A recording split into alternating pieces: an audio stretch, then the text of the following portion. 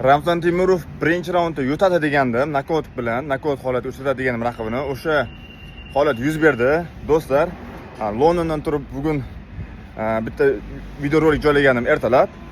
Ko'plar yomon kommentariy yozgan ekan, ya'ni Ramzan Temurovga ishonmasdan, mana shu o'sha videoroligimda kirsam, shu o'zimizdagilar yutolmaydi, nima deyapsan, u bu degan gaplar yozgan ekan. No, hammaga kattakon rahmat. Kim yaxshi duo qilgan bo'lsa, chin ko'ngildan Ramzan Temurov undan-da chiroyliroq qilib g'alabaga erishdi.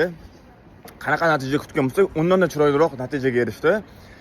Va mana shuning uchun ham odatda o'zlaring bilasizlar, UFC jangchilari odatiy holatda nokaut yoki knockdownga uchrashsa raqiblarini ularga $50,000 bonus beradi. Ramzan Temurovga esa $100,000 bonus berildi.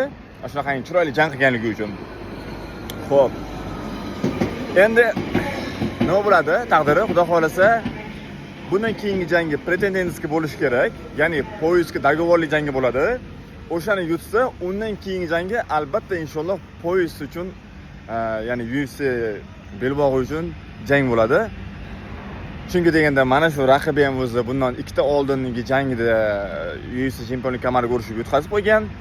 Xudo xolasa, Ramzan Temurov hamma janglarni chiroyli nokautlar bilan yakunlab kelyapti va mana shu jangini ham chiroyli natijada yakunlagani uchun UFC 50,000 emas, $100,000 bonus berdi. O'shani evaziga xudo xolasa bitta jang o'tkazib, undan keyingisida UFC kamariga jang qiladi degan umiddamiz va duo qilib qolamiz. Ramzan Temurov muxlislari ko'rayotgan bo'lsa, mana shu videoroligimda kommentariyada omad so'zini yozib, mana shu videoroligimga bitta like bosib, o'zlaringiz yaqinlaringiz bilan bo'lishib qo'yingizlar. O'zbekiston Sport YouTube kanalidan uzoqlashmang. Sizlar bilan tez orada ko'rishamiz.